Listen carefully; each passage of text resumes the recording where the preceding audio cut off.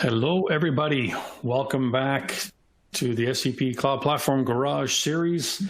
It's normally we do this on a Thursday, so it's kind of thrown me off a little bit because it's early in the week, and this one came up real soon compared to the last couple that we've done. But today is going to be an interesting session. I know that if anybody is in here from the previous sessions, we've been building out an end-to-end scenario, which I will show in a second, which is great. And so that today is a follow-on as we try to determine and give you some ideas around how you can build out a dashboard to display the data we've been collecting. However, who do we have with us today? Well, yeah, I think a lot of people know me. That's Scott Dolan. I work for the SAP North American Cloud Platform team, and this is our, I think it's like 25th or 26th session. If you're not aware, all the videos we've done in the past are currently on YouTube. They're also on the On24 site. You can watch them on demand. Go in there and pick up on some of the previous sessions. And in fact, most of them are still very relevant in terms of the content and how they've been delivered. But today, the second appearance in the garage, Michael Graf. Michael, what do you do for SAP? Hi. Yeah, thanks, Scott. It's good to be back. Thanks for having me. So I'm an UI expert developer at SAP, and I've been heavily involved in UI5 development in the past years. And currently I'm working in the sports department, bringing innovations to our sports customers. Awesome, awesome. And of course, we are so thankful to have you back because you know all the things that I don't, which is just amazing. So we want to pull some of that knowledge out of your brain today and share it. And so also for the people that are on the phone, normally we do a 10, 12-minute PowerPoint type of thing. Today, one PowerPoint slide, I think, is all we're going to do. I just want to reintroduce this scenario. Then we want to jump into showing you how we built out this real-time dashboard. So let's just click through a couple of the intro slides, or just to let people know what's upcoming. So next month, we're going to get into the next piece of this scenario, which is process visibility. So essentially, it's a service that's going to layer on top of the existing workflow that be implemented for this scenario. So that should be really interesting to kind of pull some insights out of that. And apparently, and I haven't tried it yet, so I'm going to be learning at the same time as you over the next couple of weeks as I set it up, but apparently you can pull information and it just snaps right into an existing workflow. So it'll be interesting to see how easy or difficult that will be. And then this other one that I'm also really looking forward to is the one that we're going to do in August, which is using RPA to help automate some of those workflows that we have been creating. And then last but not least, the ones that are scheduled anyway, the one in September, we're going to do SAC and kind of build out a nice story on top of the data structure that we have. So that's the upcoming sessions. But as everybody knows, we always try to start with a poll just to kind of see if you're a returning quote unquote customer, even though you don't pay to attend the event, but you might be an SAP customer using our software. If you can just click on the button, it just gives us an idea if we're doing something right and you come back, or if we're always pulling in brand new people from scratch. And normally it's a 50-50 thing. Normally, but let's see. Michael, we have to give people around 30 seconds to do this because there's a bit of a buffer. The other thing I will mention while they're kind of clicking on the survey is that we don't have anybody manning the official Q&A today. So we've got two pods, right? So one is a Q&A pod and the other one is a group chat pod. So if you want to just say hi, let us know where you're from, you can do that in the group chat, which I've highlighted a few times on your screen, and then you can do that. And then, but if you have a specific question around some of the things that we're showing, we'll try to pop in there from time to time, but we've got quite a few things to run through with you today. And if not, we'll definitely answer them in the follow-up email. So is it your first time? Yes, we get 45%, and no, 55%. So 55-45 split, so that's pretty good. Okay, so let's move on. So what I'd like you to do, just to kind of show you the end result here, can you click, there's a link on your screen right now, I'm hoping. All you gotta do is click on that, and it's gonna open up the incident management application that we've had, that we built out prior. So, and you've used it in a previous session. What I'm going to do is, while you're clicking on that link, I'm going to share my screen. And that's right here. let's see, why is it not sharing with start screen share? Let me know if you see, can someone let me know if you're seeing my screen share? Normally I get something that says screen is being shared. Yeah, Scott, I still see the link for the moment. Okay, so what's going on? I don't know if that's because I'm on that, first time this happens to me. Okay, yeah, so I do not see the screen share. So why do you not see the screen share? That's the question. Okay, I might have to do something funky here. I might have to just restart the session because this has never happened before. One more time. Nope. Okay, I'm going to refresh my screen, Mike. I'll be right back. Hold on. All right. See you in a bit.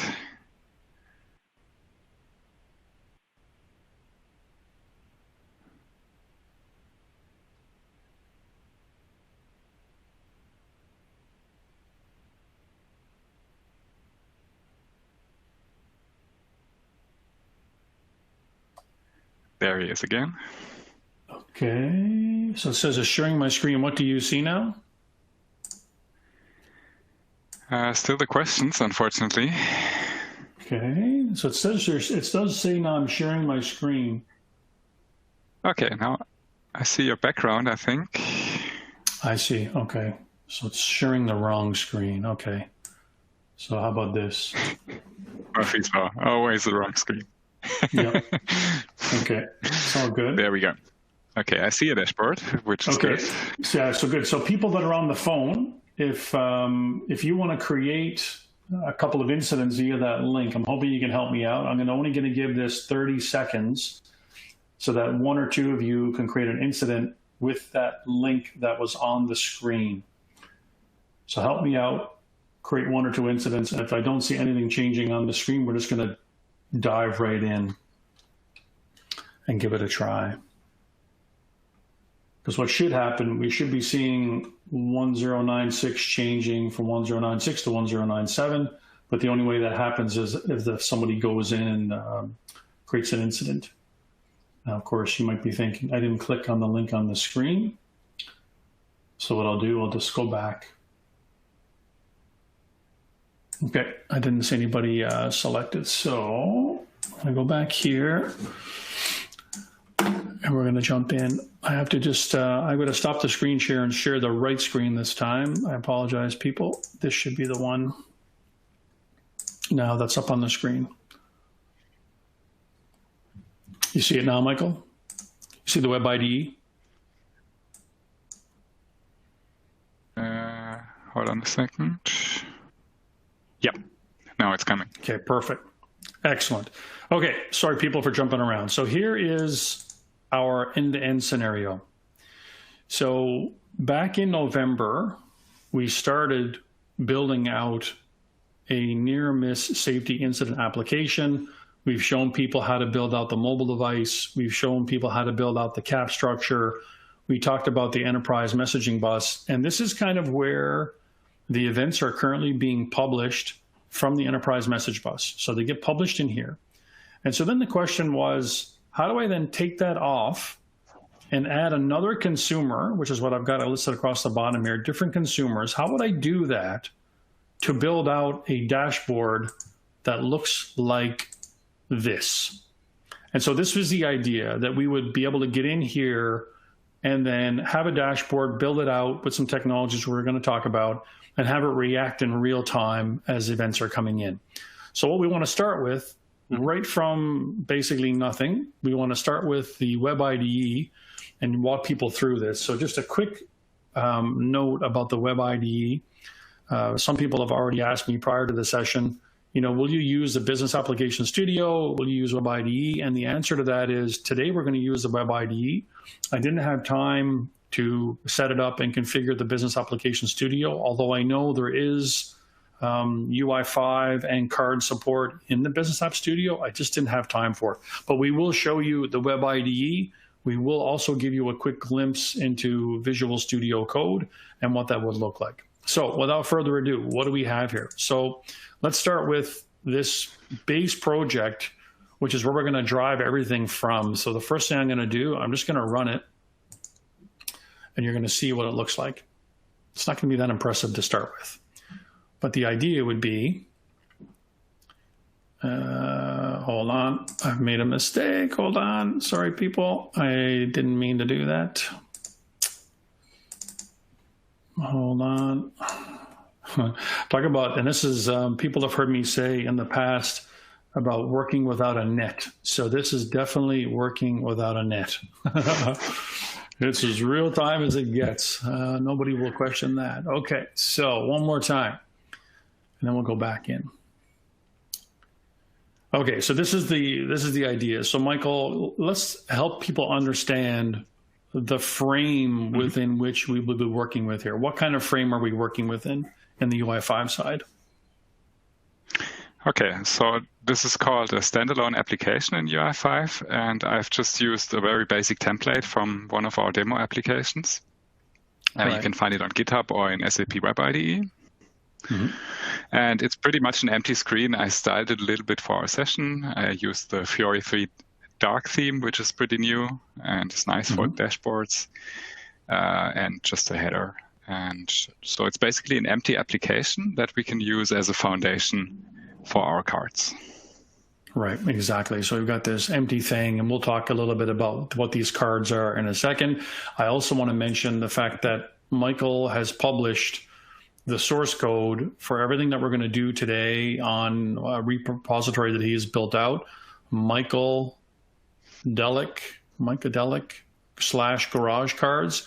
And everything we're going to do is here, because some of the comments I've gotten in the past from people is, oh, you do this stuff and you go through, it looks great, but after the fact, we have trouble doing it.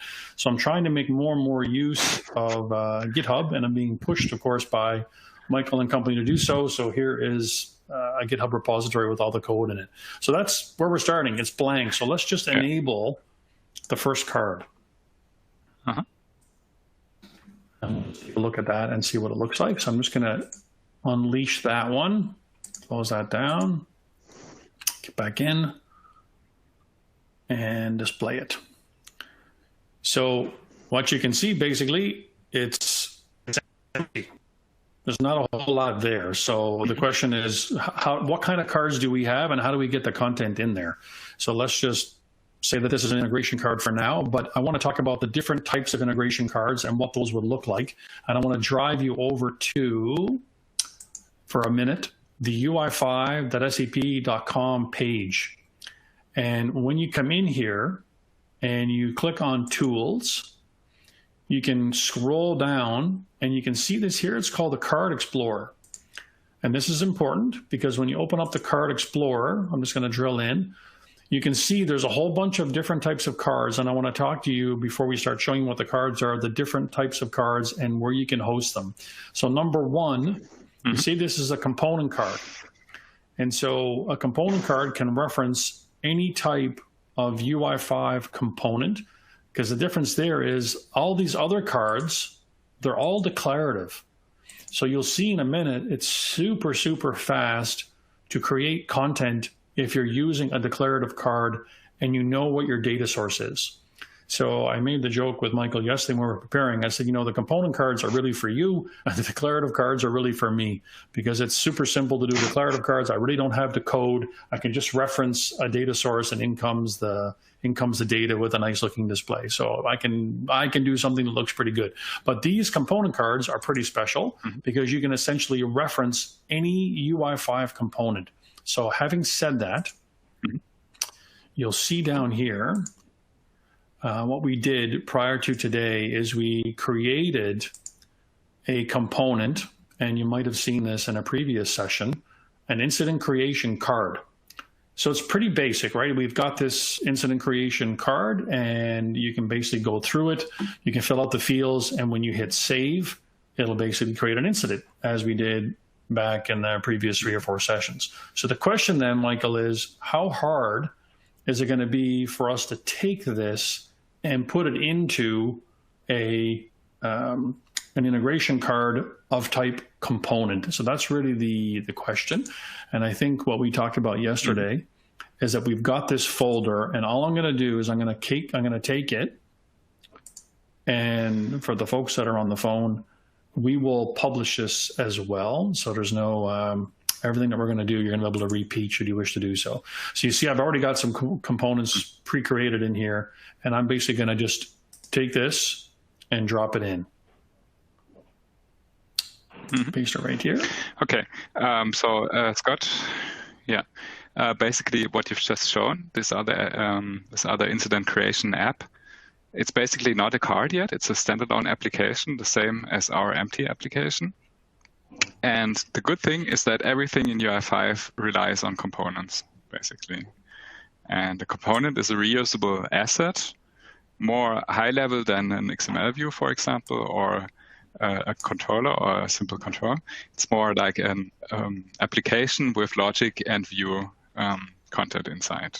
And the good thing is with this component card, we can just put any existing component inside a card if it's able to display on a smaller area of the screen, basically.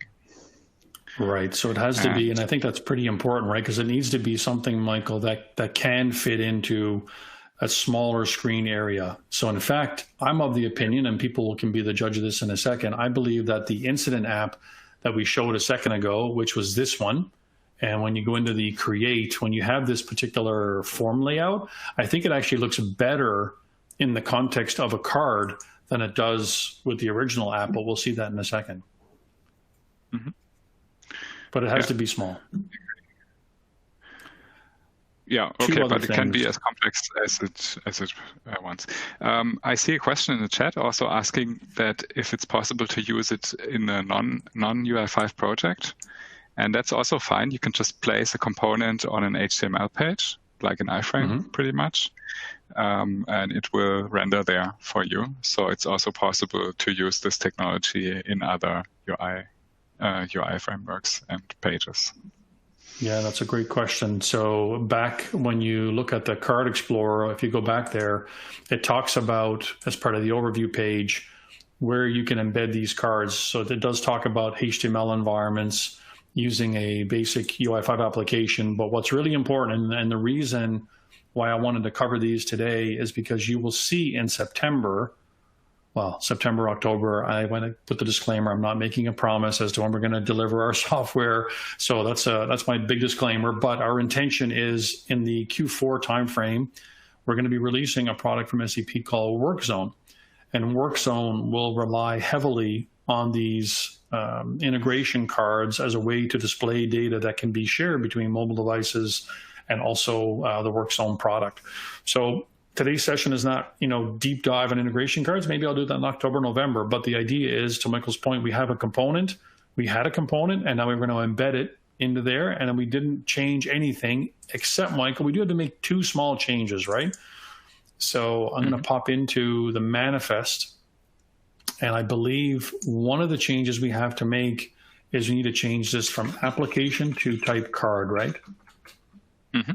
Exactly. With one change. So application is the default standalone type, and card is this integration aspect. And we also have a section down below that we need to fill in specific for the card. I put that at the right level. That's just telling me that the property card. So don't be, folks on the phone, I was a little bit alarmed when I saw this, but the reality is the Web IDE doesn't, it hasn't been updated to understand all the syntax associated with a quote unquote card. It's a pretty new thing, but I think I put it in the right place. We're going to know in about 30 seconds when we try it. So let's see. You can see I have my autosave turned on. So let's just run this and see what happens. Hopefully I clicked at the right level. Maybe I didn't. Let's click over here. Run. Meanwhile, I can just follow up on these two questions in the chat about the Fiori Launchpad and the overview page. And you're right, guys, that's a similar concept. So the Fiori Launchpad is also loading components. So every tile is a component when you click on it. And the overview page is basically a smart template and the same thing we create today as a standalone application. So a custom overview page, so to say, as a dashboard. Right.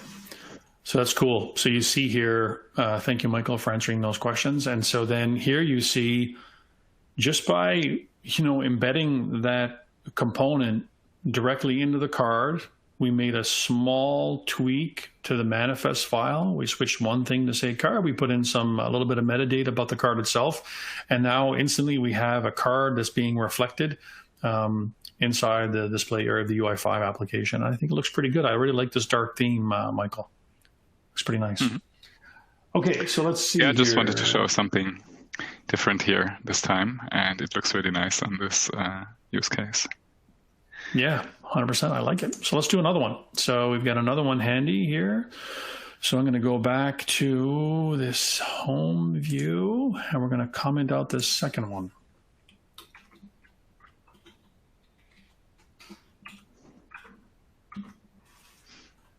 Save it, and let's run it. Yep.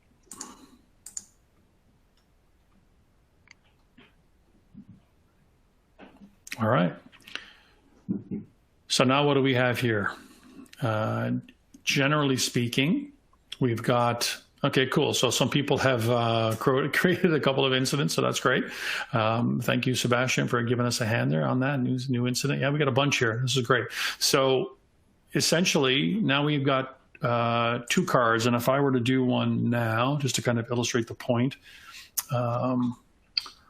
best for garage session. And we've got broken bike, and I uploaded some images last night for our broken bikes. That's perfect. And now the only thing is, right, I'd have to scroll down to see the image, but the application displays completely, just that you just know you have to scroll a little bit. It's a little bit larger than the card display. I'm going to save it. Now, if we assume for a second that the application is working as anticipated, if I do a refresh, which I will show you in a second, then it's going to show up. But when we were kind of putting this together, one of the things that I was curious about myself was that how difficult would it be to reflect the changes immediately inside the dashboard so that I don't actually have to hit the refresh. So this has actually already gone out and done a refresh. I don't know what timing we have there, but see it's coming in on its own. But let's go back and have a look. Let's go back and have a look at what would be required there. So we do have, now I'm just going to find out where we're going to do that, Michael. Create, pop over to the, yeah, okay. In the incidents component. Yeah, I'm going to pop over here for a second, just to kind of show people where we found this, or where I shouldn't say we, where I found it after you told me where to look. So let's talk about some of the pieces that are at play here and what's required. So back, for starters, number one, the enterprise messaging service, as we've talked about back in February, it supports a protocol called AMQP, Advanced Message Queuing Protocol. It doesn't support out-of-the-box WebSockets. So if I want to have a line or an interface that works with the WebSocket protocol, I was at a bit of a loss to understand what to do there. So when I started looking around, lo and behold, one of our team members had published essentially a really small, compact Node.js application that essentially listens on the enterprise message bus and then basically stores all the clients that are connecting. And then as messages come in on the enterprise message service, it just shoots them out over a WebSocket. So the question then, Michael, is what is this WebSocket stuff? Can you just spend a second telling us about what this is and how it relates to UI5? Mm-hmm. Sure. So a WebSocket is basically a very lean server that can send messages to any client registered. And we have a class called WebSocket in UI5 by default that you can use for this. And it can be just used to connect to any kind of service endpoint. And if you basically use this constructor call that we can see down there, then you see the first parameter is a URL. And then we have an event called message, I think. Yeah. so we can register to any kind of message that is being received. And the advantage of this is compared to HTTP, which is like a stateless protocol, it's kept open for the whole time the application is running. So whenever a new incident is being created, not only on your screen, but also on the participant screen or on my mobile phone, I will see the dashboard update in live time because I have this live connection with the WebSocket. And that's for a dashboard. It's exactly what we need because it may be displayed on a TV screen or on a large screen in your office, and you want to see it updated all the time. Gotcha. So this would be, so just to recap there. So for the people that are on the phone, they were using this incident creation app that I had published, and the way that it works is it stores, it uses the CAP framework to save a record. And then the CAP framework basically generates an event. And then from there, we start using the WebSockets to then push things out. So I don't know how many people you can have, but I've been testing it, with, half a dozen clients, and it seems to work really, really good and really, really fast. So then the question is, what's required to put that in? So I think it was it inside incidents where we put it in the main controller, right? I think. Yeah, main controller in here. Yep, in the incident controller, exactly. And that's why I'm seeing them affected, because I didn't take it out, Michael, which is why. So I was wondering why the screen was updating automatically. So in fact, we've already put this in. So let's walk us through then just line by line here, what's going on. So as you can see, we load the WebSocket module here, and we have the endpoint, which is a Cloud Foundry app in the cloud. That's probably the running instance of the script that you've just shown. Yep. And we attach to the message event. And, well, that's basically whenever a message is being received, we go into this callback. And the only thing we do is we just refresh the model that is bound to that list, and then the new entries show up. Gotcha. Okay, so that's pretty straightforward, and that's right? the most simple. Yeah, that's the most simple version. We could also directly transfer the new parameters in the message, but then we would have to insert them by ourselves in the list. So that's more simple to just reload the data. And there's lots of ways that we could do this as well, because with the enterprise messaging, we can set up, subscriptions to particular topics, some particular queues, so we can really make it fine-grained in terms of the messages that we're picking up. But so that's an interesting aspect of it. So so as people were inside this screen and they were making changes, we could see them coming in quite quick. So just as a quick example, let me see if I can bring this up on my screen here. Do you see my Postman collection runner on the screen, Michael? Yep. Mm-hmm. So what I've done in advance of today, I've basically set up a little Postman collection. It's got about 10 records in it. So what should happen, we should start to see them being populated on the screen if everything is running okay. So there's 1, and then 2. So you see now I'm running a script. It's firing messages at the CAP service, and the screen is updating almost exactly, in line with what the Postman is doing.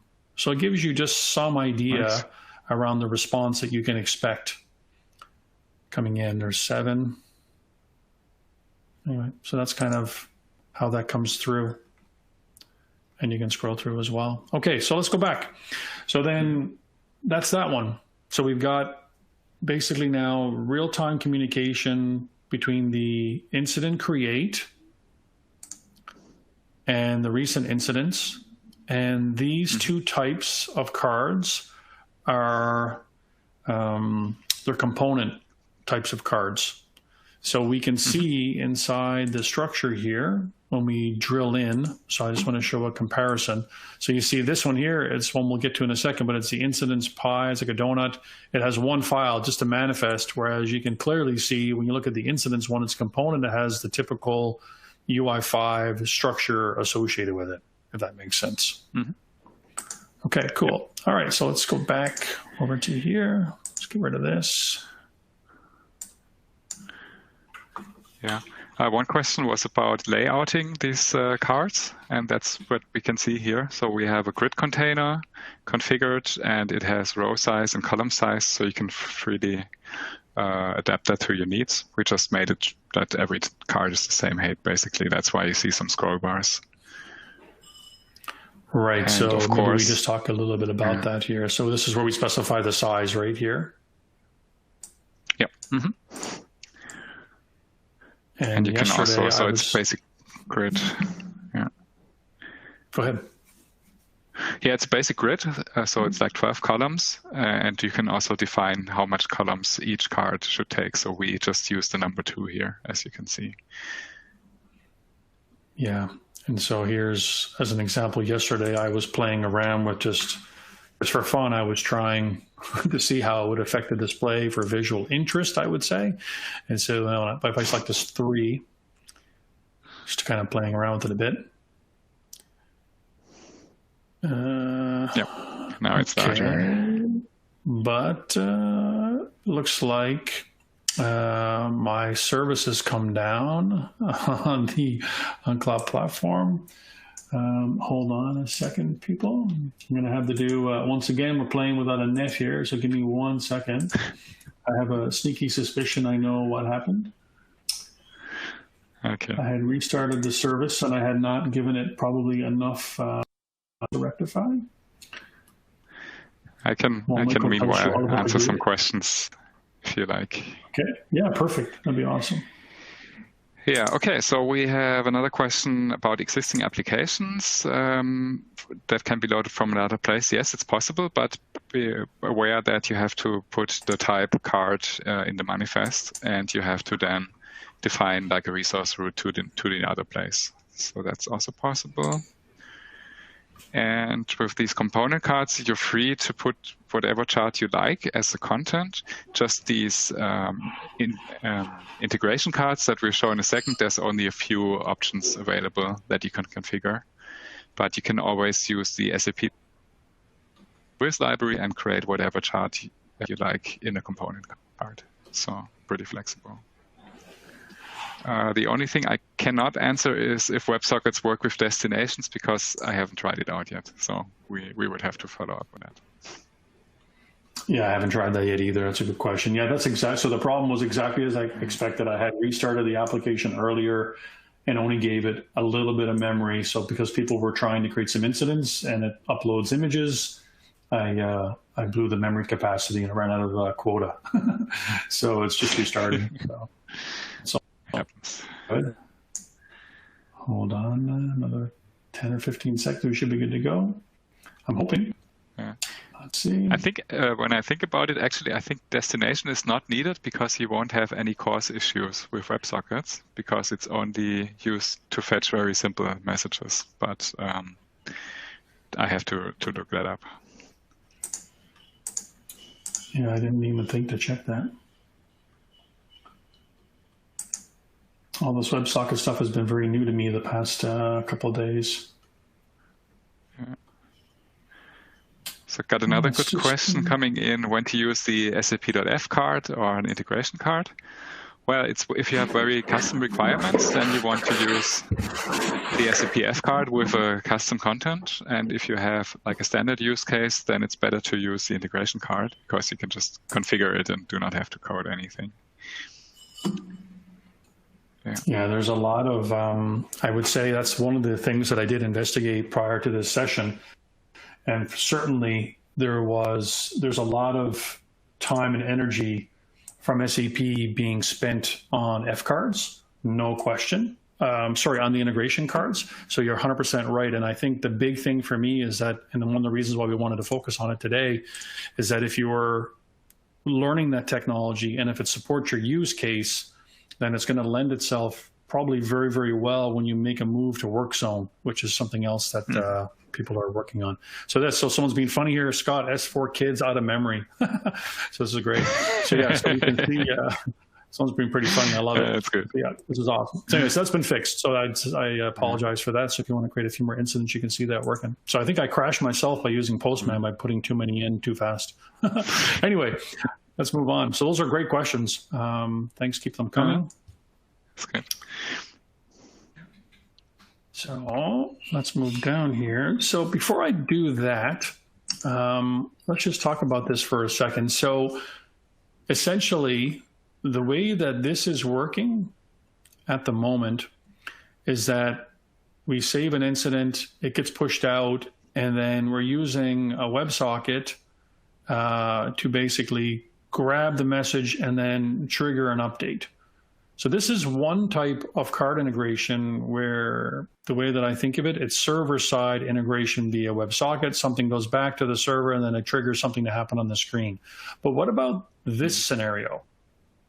What about this card-to-card communication, Michael, where this is kind of like a master detail, but not, you know, inside the same application. So as I'm clicking here, right, this is a pretty cool feature and a pretty cool scenario that you've put in here for me. Love this. By the way, whoever put that in there, it's pretty cool. But how do we do this? And I think we had put up here this event bus. So tell people about what this event bus is and how they should consider using it. Yeah, so that's a slightly different scenario, as you said. It's two components in the same application, but now we don't need a server component because it's just a master detail pattern, but spread over two mini applications, so to say. And here we have, compared to routing, which is for one application, we have a global event bus in UI5, which you can use to talk from one application or card to another. And very similar to the enterprise messaging bus, you have channels and topics, and you can just basically publish and subscribe to channels and topics here, but inside the same application and only on the client. So that's helpful for sending messages around in a browser window, basically.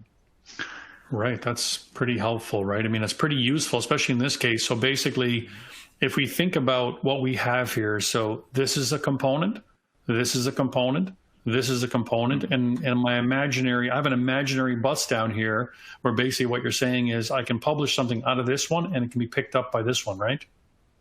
Mm-hmm. Yeah, more or less. That's exactly how it works. And then if I go back visually, go ahead. It's just a few lines of code, but you're going there anyway, I think.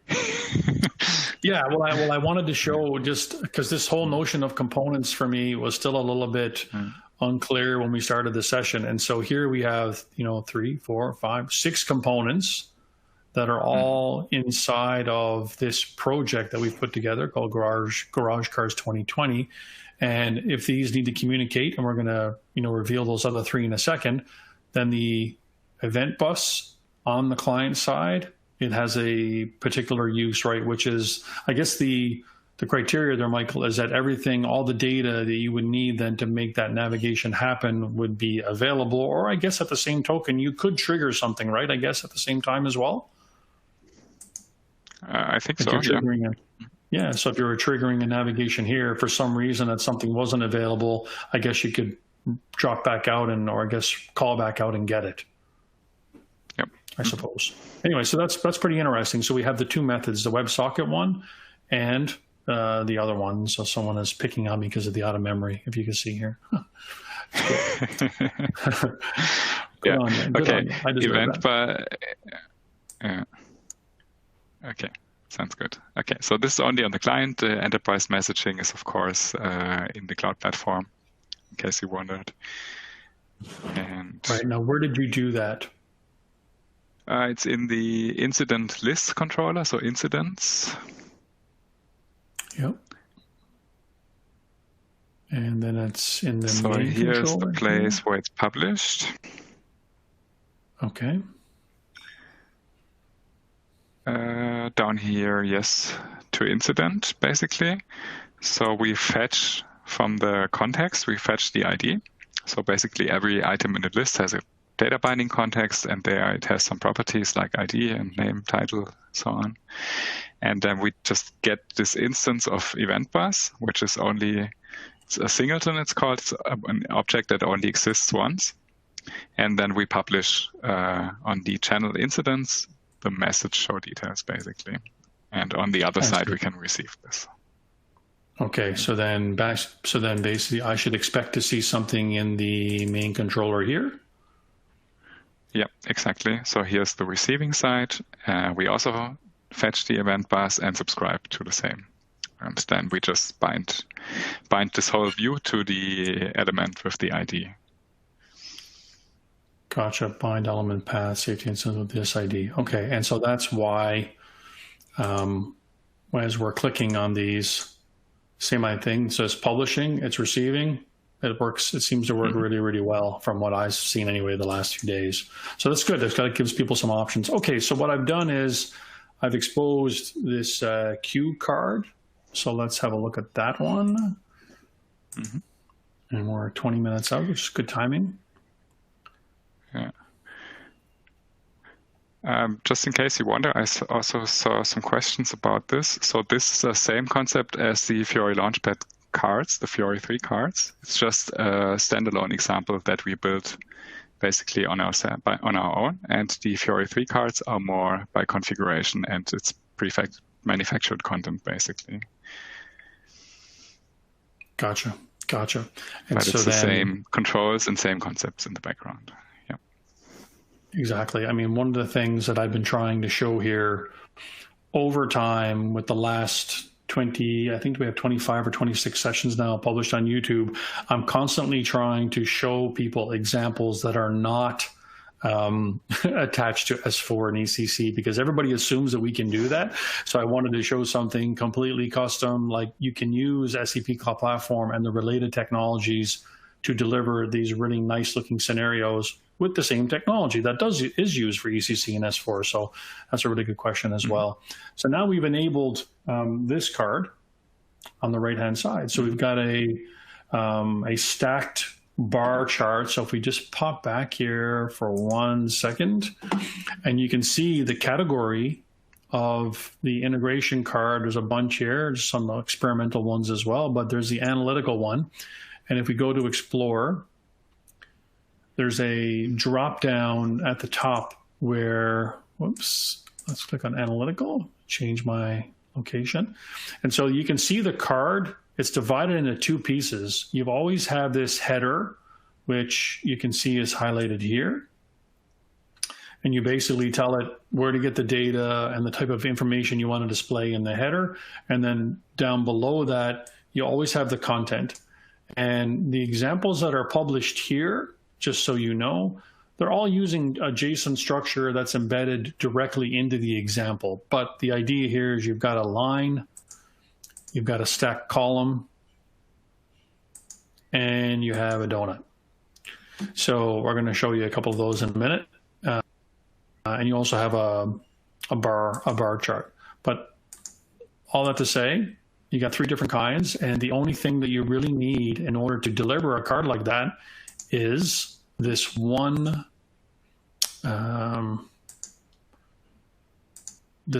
manifest file.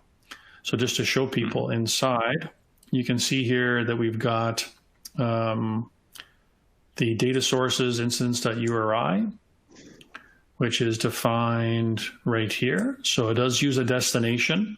So I've got a destination defined called incidents_CF. And then basically we append to it safety incidents $count, which is why we get the number of incidents here. So now if people were to go in right now and do a create an incident as we're looking on this screen, you should see this number just steadily increasing, as well as the appropriate column here as well. So that's one big thing. And then so instead of using the JSON structure that's embedded in it, we can do a direct access to a destination enabled data source. And you can put, you can reference the data elements within it. What did you call this earlier? As expression binding or data mapping? What was it, the term you used? Expression binding. Yeah. Expression binding. So this is basically, this is a simple binding syntax that you just highlight here. Just like in XML view, you can just define a path inside the model. But we do also have an expression binding somewhere here. Yeah, I think it might be on the other one. I think maybe. Yeah, it's on the other one. We'll come to that in a second. Yep, we'll come to it. but still you can, the idea would be you can reference some of the data elements, and then here, same idea. So when we get to the content, really the only thing you need to have access to would be the URL that you want to pull the data from, and then you essentially define your dimensions, and then you reference the attribute from the OData service to then generate it. And that's it. And then literally within 10 or 15 minutes, like once you know the structure for the card, you can just copy paste the format and just start adding cards in, and it becomes super simple. So yeah, I think someone put a couple more incidents there. So we went from 1126 to 1128 while we were on the other screen without having to do a refresh, which is pretty cool. And then if a picture of their car, that's not a car, come on. But thank you for putting an image. It's all good, just teasing. Anyway, so that's that one. So let's go back now and let's put another one in. So let's see what it looks like to do a pie chart.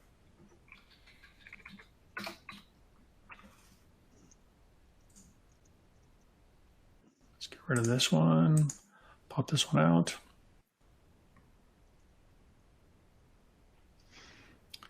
You can see now the screen is starting to fill in quite nicely. So the same idea, creating an incident here, showing the lists, incident details, bar chart, and now a pie chart. And there's options here that we've, so you see, I didn't change the screen, but someone's got pretty funny with a Homer Simpson picture, so that's pretty funny. And then I've modified the chart here to display the percentages that the categories occupy. So that's pretty neat, I find. But thank you for that. So you can see it's definitely real time. And then last but not least,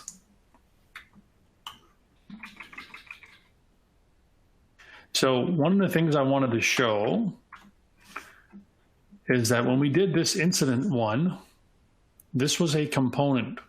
So we grabbed something we already had, which of course gives us the ability to put in things like WebSockets and the like. So we had that one, but at the same time, if I pop over to the Card Explorer and I click on List, there are no shortages of cards that we can use with the list.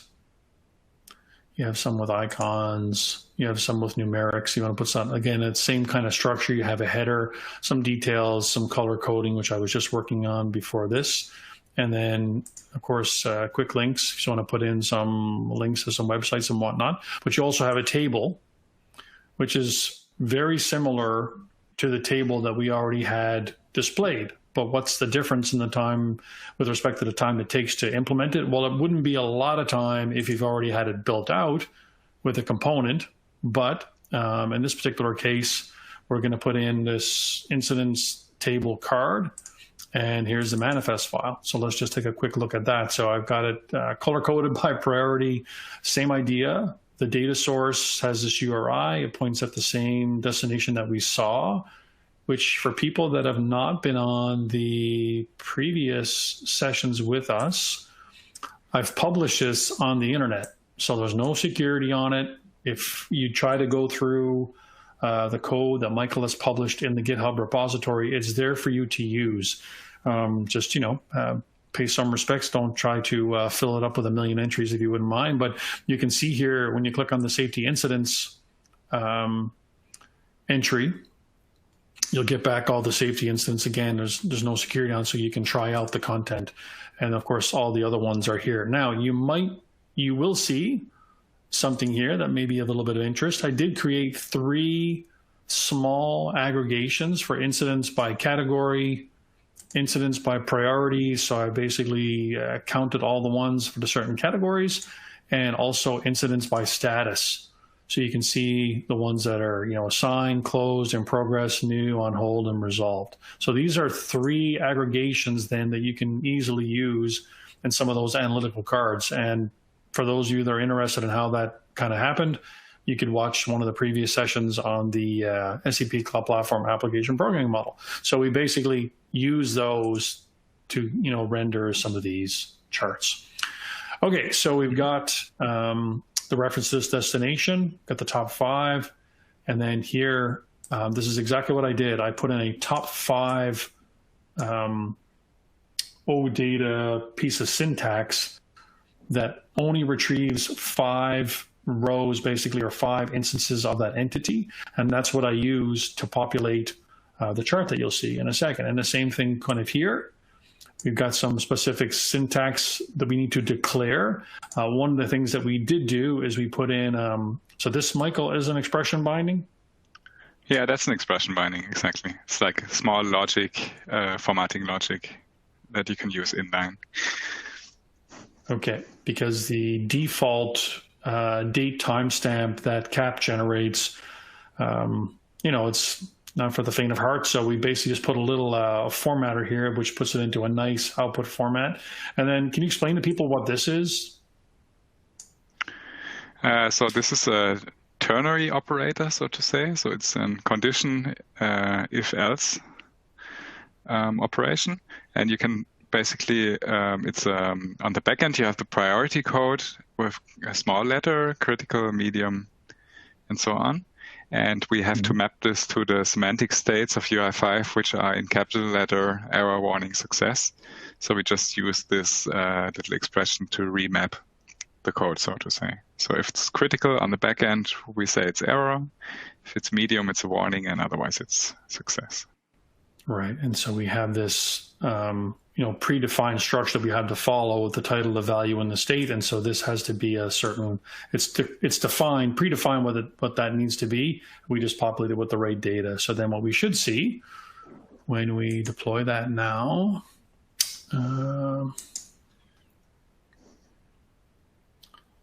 is we should see another card, or another card with a list, which is now color-coded with the one that we have that's high, which is looking nice. So this is essentially how you would build out a complete as we can,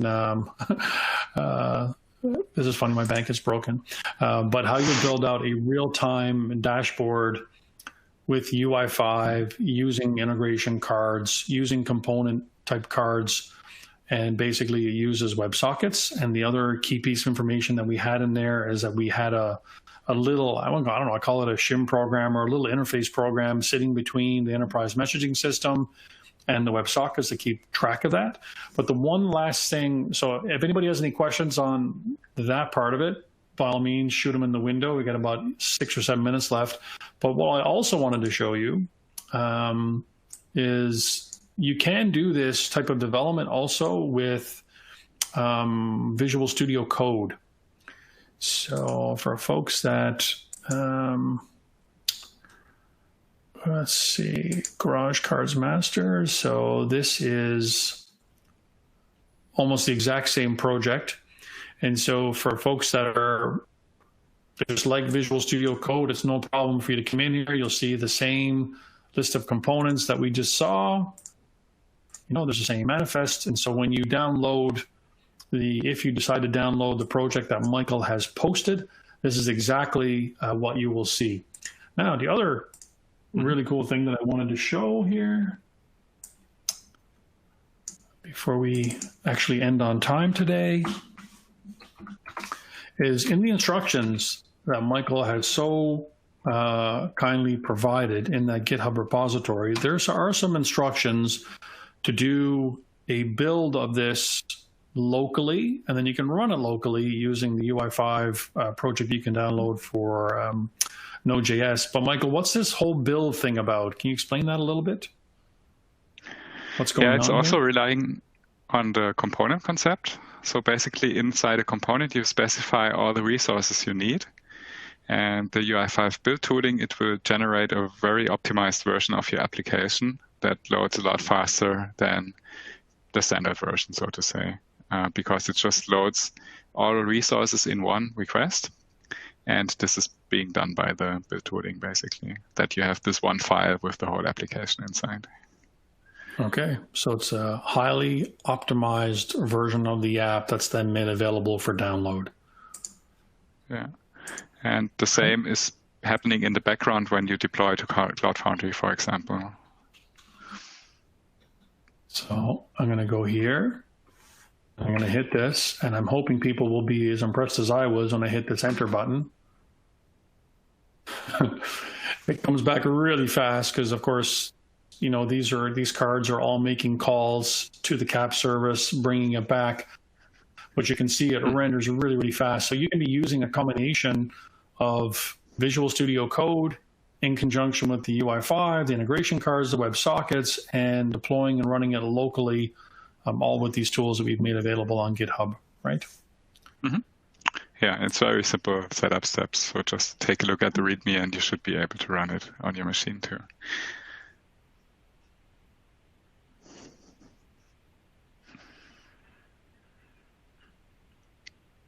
Good. Are you still there, Scott? I don't see you anymore. Guess it's just me at the moment, but no, we do have some more questions. Are you there?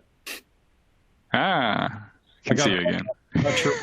Today is a day of little glitches here and there. Okay, so yeah, so we can take a look at some more questions just to be on the safe side. But I'm putting up a quick poll. We always ask people on this during the session towards the end, because we never, you know, actively go and contact people after. But if you'd like to have someone contact you to discuss this concept in more detail, by all means, just answer the poll with a yes or no. That's fine, no problem there. But is there any other questions, Michael, we want to take a shot at? Yeah, I've seen some more interesting ones in the Q&A part. So can we use routing inside the cards? Yes, you can. So you can just have a routing section in the manifest. I've seen some glitches there for very complex routes, but in general, it should work. So you can also navigate to this detail page on the same card, basically. Then the refresh rate for the card, I think this is maybe slightly different topic because we actually don't refresh. We connect to the server, and whenever the server sends a message, we refresh, basically. We could do the other round too, like refresh every 10 seconds, but then you would have a delay of 10 seconds, of course, and we want to have it live as possible. Yeah, I did see somewhere, I think as part of the API, there was a timer that comes as part of the integration cards. You can just set it. But to your point, we didn't want to do that. We want to do it, you know, as things are happening, we get the immediate real-time update, which is awesome. Yep. Yeah. Okay, anything else there before we call it a day? Just one question on personalization. So this is a standalone application. So personalization is more a Fiori Launchpad concept where you have also the personalization stored for you. You could probably do so with the same concepts, but as we do a standalone application, it's probably easier to just specify and define it once for your target group and then make small adaptations as you go. Yeah, there's another good one here. I don't know if we just glossed over this one, maybe too quick, but it says, could you summarize the data binding for those that are here for the first time? So my summary, Michael, and you can give your summary, whenever you're using data binding, it's basically you're creating some sort of model, which the model can point to a backend source like an OData feed, and you have this model that's then defined, and then you bind it to the user interface. So the user interface can then see the data that's in the model, and it's automatically reflected there. How did I do for a description? How would you, is anything different there? Yeah, that's pretty good. It's very accurate description. I would say to make it more visual, you can see your data as a tree with leaves and root nodes, and the UI is also a tree, and you can bind every UI part to a part in the tree of the data, and then it has some relation. So for example, if you bind a list, then the items will populate automatically because the data below is just in the same data set. Then.